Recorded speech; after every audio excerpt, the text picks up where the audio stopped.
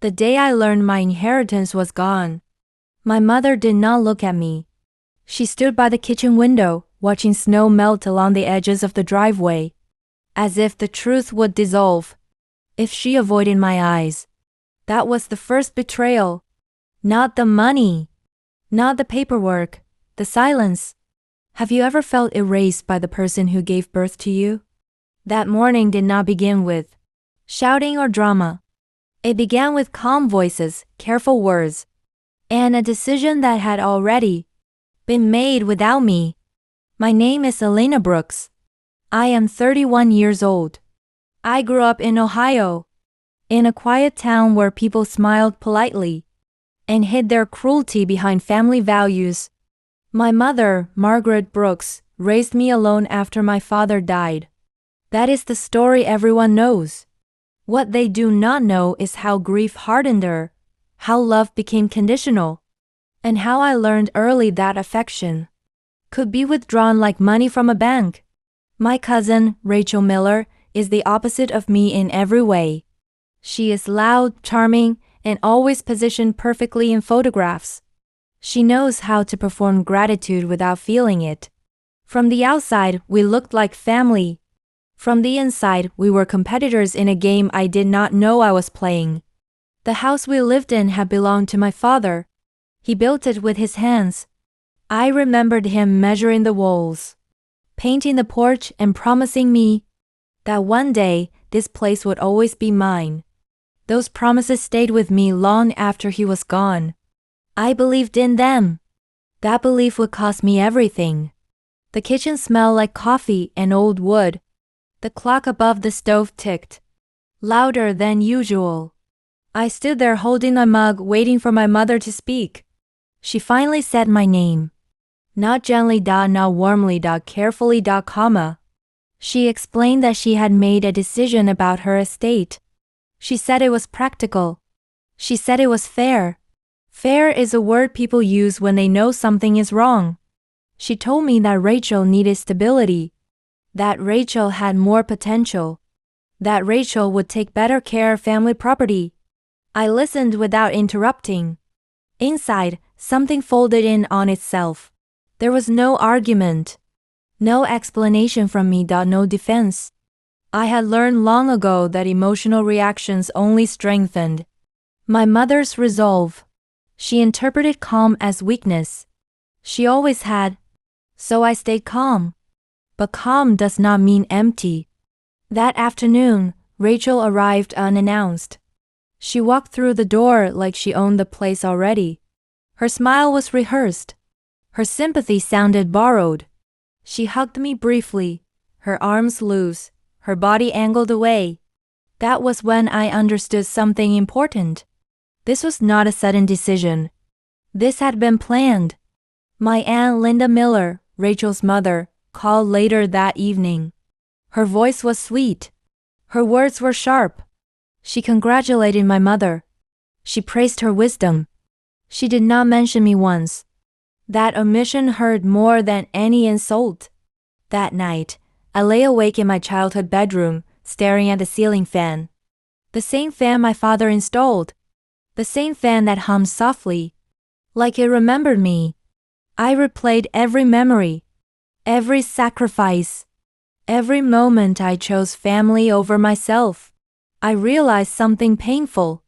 Loyalty does not protect you in families that value appearances over truth. The humiliation did not come immediately. It came slowly. Neighbors began congratulating Rachel. Extended relatives stopped calling me. My mother started referring to the house as temporary when speaking to me. Temporary, as if my entire life here was a placeholder. The first official document arrived 2 weeks later. I held it in my hands, feeling the weight of ink and signatures. My name appeared only once. As a witness, not an heir, not a daughter, just a formality. That was the moment my sadness turned into clarity. I began paying attention. I noticed how Rachel exaggerated her struggles, how my mother leaned toward her emotionally, how guilt guided every decision. I noticed how often my mother spoke about legacy, but never about fairness. I noticed how easily I was dismissed. Have you ever been punished for being strong? Because I was. I had a stable job. I paid my own bills. I never asked for help. Rachel did the opposite. And she was rewarded for it. That realization hurt deeply, but it also freed me. Because if love was conditional, then so was my obedience. The next family gathering was unbearable. Rachel sat at the center of attention. My mother glowed with pride. Stories were told about the future. My future was not mentioned. I smiled, I nodded. I observed. That was when I noticed the cracks. Rachel was careless. She bragged too much. She revealed details without realizing their value. I listened. Late that night, I walked through the house alone. I touched the walls, the banister, the door frames. I realized that inheritance is not just money. It is memory. It is effort. It is respect. And those things had been stolen from me. I made a decision that night. I would not confront my mother. I would not beg. I would not leave quietly. I would let them celebrate. Because celebrations make people careless. The next morning, I woke up early and opened my laptop. I began documenting everything. Dates, conversations, financial details. I did not know exactly how this would end. But I knew one thing. They believed the story was over. It was just beginning. What would you do if your own mother chose someone else over you?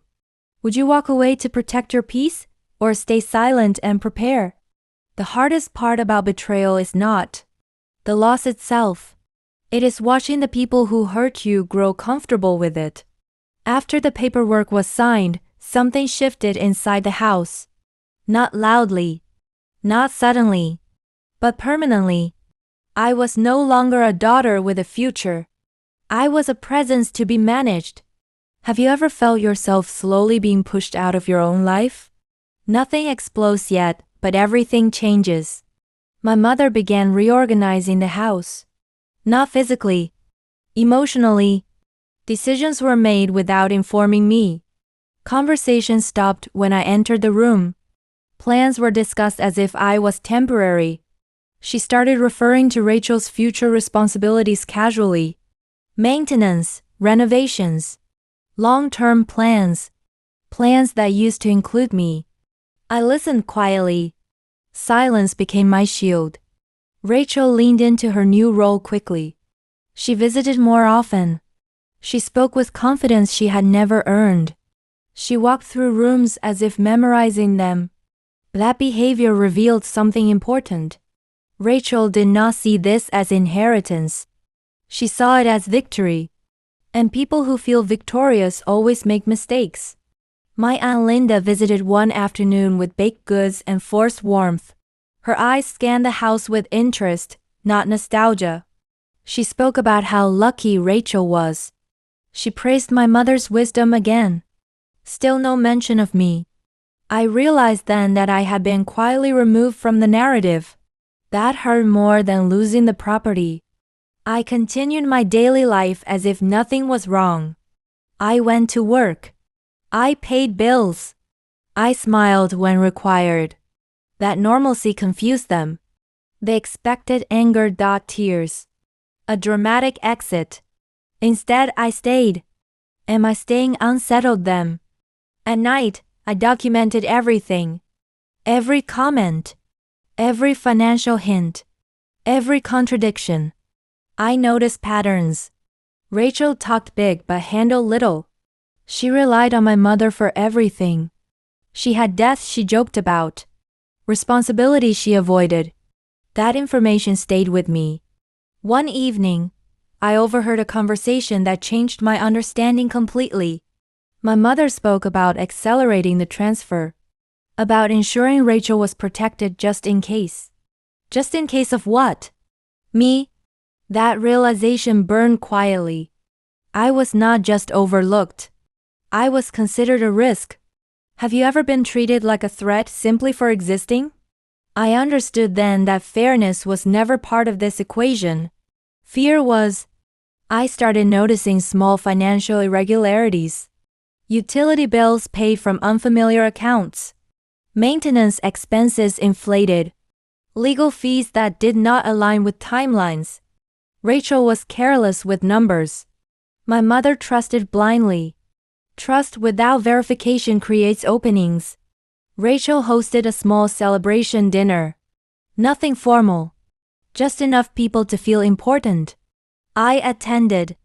I watched how she spoke about the house as hers. How she exaggerated plans. How she dismissed concerns. Everyone laughed. I memorized everything. That night, I asked myself a difficult question. What did I really want? An apology would not restore dignity. Confrontation would only deepen denial. I did not want chaos. I wanted balance. And balance requires leverage. I began researching estate laws in Ohio. Quietly. Methodically. I learned about undue influence. About caregiver dependency. About mental pressure disguised as support. I learned that love can be legally questioned when money changes hands.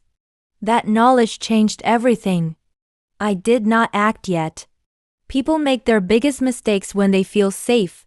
And Rachel felt very safe. My mother grew more distant. She spoke to me with politeness instead of affection. As if rehearsing separation. She asked about my plans. About moving. Not kindly, strategically, comma. I realized something painful. She expected me to leave quietly. And I intended to do exactly that. Just not in the way she imagined. Before leaving, I needed proof. Not emotional proof. Documented proof. So I stayed longer. I listened more. I let Rachel brag. I let my mother justify. One afternoon, Rachel revealed something crucial without realizing it. She mentioned pressure. Stress. How my mother needed her. That sentence lingered in my mind. Needed her. Not loved her. Needed her. That night, I reviewed my notes. Patterns aligned. Dependence. Influence. Pressure. Everything necessary for legal reconsideration existed. But revenge is not just legal. It is emotional. And emotional collapse always comes first. I decided on my strategy. Step 1 was disappearance. Not physical, emotional. I stopped participating. Stopped reacting. Stopped engaging. They felt my absence without my leaving. And that unsettled them. Rachel began asking questions. My mother watched closely. I started preparing my exit quietly. New apartment. New routines. New boundaries. But I did not announce anything. I wanted them comfortable. Celebrating. Confident. Comma. Because confidence blinds people. By the end of that month, everything was set. They believed I had accepted my fate. They believed I was harmless. They believed the story was finished. They were wrong. The transition phase was complete. What came next would hurt. Not loudly but deeply. Do you think pretending to accept betrayal is weakness? Or is it the smartest form of power? There is a moment in every betrayal where pain stops being sharp and starts becoming useful. That moment arrived quietly for me, somewhere between pretending to accept my place and realizing I was no longer afraid of losing anything. When you lose what you thought was guaranteed, you also lose fear. That is when power begins to shift. My silence was no longer passive. It was calculated. My mother believed I had emotionally withdrawn. Rachel believed I had accepted defeat. My Aunt Linda believed I was too proud to fight back. They all misunderstood one thing. I was still watching. I moved into my new apartment slowly without announcement. A small place on the edge of Columbus. Close enough to visit, far enough to breathe. I did not make a dramatic exit. I packed in stages. I left things behind intentionally. Leaving items behind keeps people comfortable. It convinces them you will return. And I needed them comfortable. Once I was out of the house, dynamics shifted again. Rachel visited more frequently. She acted like a supervisor now. She inspected. She suggested changes. Ownership made her careless. She spoke openly about finances. About how expensive everything was. About how much pressure my mother put on her. Pressure. That word surfaced again. My mother relied on Rachel emotionally now. Daily calls. Constant reassurance. Dependency disguised as closeness. I noticed how my mother's confidence weakened while Rachel's voice grew stronger. Influence does not look dramatic. It looks gradual. I kept my distance but not completely. I visited occasionally. Briefly, politely. Those visits served a purpose. People reveal their true selves when they believe you are no longer a threat. During one visit, I noticed documents on the dining table. Legal drafts, notes. Corrections in my mother's handwriting. Rachel did not hide them. She assumed I would not understand their significance. That assumption cost her. At home, I reviewed everything. Rachel's financial instability was worse than I thought. Missed payments. Risky decisions. The house was not a gift. It was a lifeline. And lifelines create desperation. Have you ever watched someone tighten their grip on something they cannot afford to lose? That was Rachel. I began building a quiet support network. Not family. Professionals. A legal consultant. A financial advisor. A therapist specializing in family manipulation. I did not tell them everything. I told them enough. Each conversation confirmed what I suspected. What happened to me was not just unfair. It was exploitable. Meanwhile, Rachel made her biggest mistake. She began isolating my mother. Not intentionally. Instinctively. She discouraged outside opinions. She reframed concern as jealousy. She positioned herself as the only reliable support. That behavior left a trail. And trails can be followed. My mother changed. Her tone became defensive. Her patience shortened. Her trust narrowed. I recognized those signs. They were the same signs she showed after my father died. Fear disguised as control. I decided to test the situation. Gently. I asked simple questions. Not accusatory. Not emotional. Practical. Rachel reacted strongly. Too strongly. That reaction told me everything. Rachel began monitoring conversations. She interrupted. She redirected. She feared exposure. Fear accelerates mistakes. I documented everything. Dates. Behavior changes. Witnesses. I did not rely on memory. Memory can be questioned. Patterns cannot. At the same time, I began preparing emotionally. Revenge is not just strategy. It is endurance. You must be willing to watch people hurt themselves while you wait. I noticed extended family growing uneasy. Questions surfaced quietly. Why was Rachel suddenly in control? Why was my mother distant? Why had everything changed so quickly? I did not answer. I let confusion grow. One afternoon, my Aunt Linda confronted me indirectly. She asked if I was bitter. I smiled. Bitter people argue. Prepared people observe. That night, I reviewed everything again. I realized something important. This was no longer about property. It was about agency. About reclaiming my voice. About correcting a narrative that painted me as disposable. I prepared the next phase carefully.